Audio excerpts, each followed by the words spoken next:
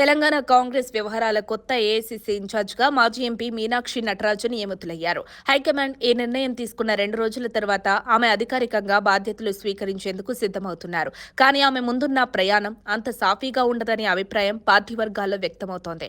రాష్ట్రంలో పార్టీని మరింత బలోపేతం చేయడంతో పాటు ప్రభుత్వంతో సమన్వయం, నామినేటెడ్ పదవుల భర్తీ, లోకల్ బాడీ ఎన్నికల్లో విజయాన్ని సాధించడం, బీజేపీ వ్యతిరేక వ్యూహాలను అమలు చేయడం ఇవన్నీ ఆమె ముందున్న కీలక సవాలుగా కనిపిస్తున్నాయి. కాంగ్రెస్ ప్రభుత్వం అధికారంలోకి వచ్చి 15 నెలలు మాత్రమే అయినప్పటికీ ఇదే కాలంలో మూడో ఇన్ఛార్జ్ మార్పు జరిగింది. మాణిక్యం ఠాకూర్, మాణిక్యం రావు ఠాక్రే, దీపాదాస్ మున్షి తర్వాత ఇప్పుడు మీనాక్షి నటరాజన్ బాధ్యతలు చేపట్టనున్నారు. ఇది హైకమాండ్ కొత్త లెక్కలతో వ్యవహరిస్తోందనే సంకేతాలు ఇస్తోంది. ఆమె ముందున్న ప్రధాన సవాలు చూస్తే ప్రభుత్వ సమన్వయం, మంత్రులు, ఎమ్మెల్యేలు, పార్టీ క్యాడర్ మధ్య స్పష్టమైన అనుసంధానం లేకపోవడం కాంగ్రెస్ నాయకత్వానికి పెద్ద తలనొప్పిగా మారింది. క్యాడర్కు భరోసా కల్పించడం, గెలుపుని ఖచ్చితంగా పార్టీ నిర్మాణానికి మళ్లించలేకపోయిన నాయకత్వం కారణంగా క్షేత్రస్థాయిలో అసంతృప్తి వ్యక్తమవుతోంది. రానున్న ఎన్నికల్లో బీజేపీ మరియు బీఆర్ఎస్ పై విజయం సాధించేందుకు కొత్త వ్యూహాలు రూపొందించవలసిన అవసరం ఉంది. గత ఇన్ఛార్జీలతో పోలిస్తే ఆమె రాష్ట్ర స్థాయిలో ఎలా పనిచేస్తారన్న దానిపై కాంగ్రెస్ శ్రేణుల్లో ఆసక్తి నెలకొంది. మీనాక్షి నటరాజన్ గతంలో రాహుల్ గాంధీ నేరుగా నమ్మే వ్యక్తిగా, ఆయన కోటరీలో కీలకంగా ఉన్న నేతగా పేరొందారు.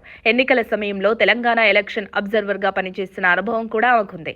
అప్పట్లో ఆమె కఠినంగా వ్యవహరించారని పలువురు గుర్తు చేసుకుంటున్నారు. దీంతో రాష్ట్ర నాయకత్వం ఆమె నిర్ణయాలపై అప్రమత్తంగా ఉంది.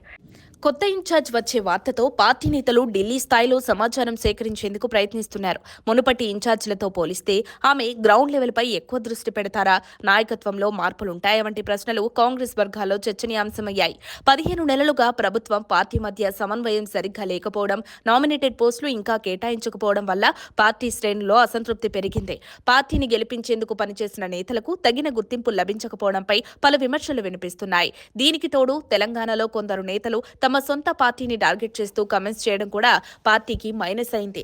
బీజేపీ, బీఆర్ఎస్ ప్రభుత్వంపై అవినీతి ఆరోపణలు చేయడంపై, ప్రభుత్వ పథకాలను ప్రజల్లోకి తీసుకువెళ్లడంలో పార్టీ పెద్దగా ప్రభావం చూపలేకపోయింది. ఈ లోటును భర్తీ చేయడం కూడా మీనాక్షి నటరాజన్ ముందున్న మరో కీలక బాధ్యత. రానున్న స్థానిక సంస్థల ఎన్నికలు తెలంగాణ కాంగ్రెస్ కు అసాధారణంగా కీలకం. బీజేపీకి చెక్ పెట్టేలా వ్యూహాలు రూపొందించడంతో పాటు బీఆర్ఎస్ ను మరింత బలహీనపరిచే విధంగా పనిచేయాల్సిన అవసరం ఉంది. తెలంగాణ కాంగ్రెస్ పై హైకమాండ్ ప్రత్యేక దృష్టి పెట్టినట్టు తాజా నిర్ణయం స్పష్టమవుతోంది. ఇప్పటివరకు ఇన్ఛార్జీలను తరచుగా మార్చిన అధిష్టానం ఇప్పుడు మీనాక్షి నటరాజన్ పై పూర్తి నమ్మకంతో ముందుకు వెళ్తున్నట్లు తెలుస్తోంది. ఆమె పార్టీలో సమగ్ర సమన్వయం తీసుకురాగలిగితే కాంగ్రెస్ బలోపేతం అవుతుందన్న విశ్లేషణ ఉంది. మరిన్ని అప్డేట్స్ కోసం మా కాయ్ టీవీని సబ్స్క్రైబ్ చేసుకోండి. మా వీడియో కనుక మీకు నచ్చినట్లయితే లైక్ చేయండి, షేర్ చేయండి. మీ విలువైన అభిప్రాయాలను కామెంట్ బాక్స్లో తెలియజేయండి.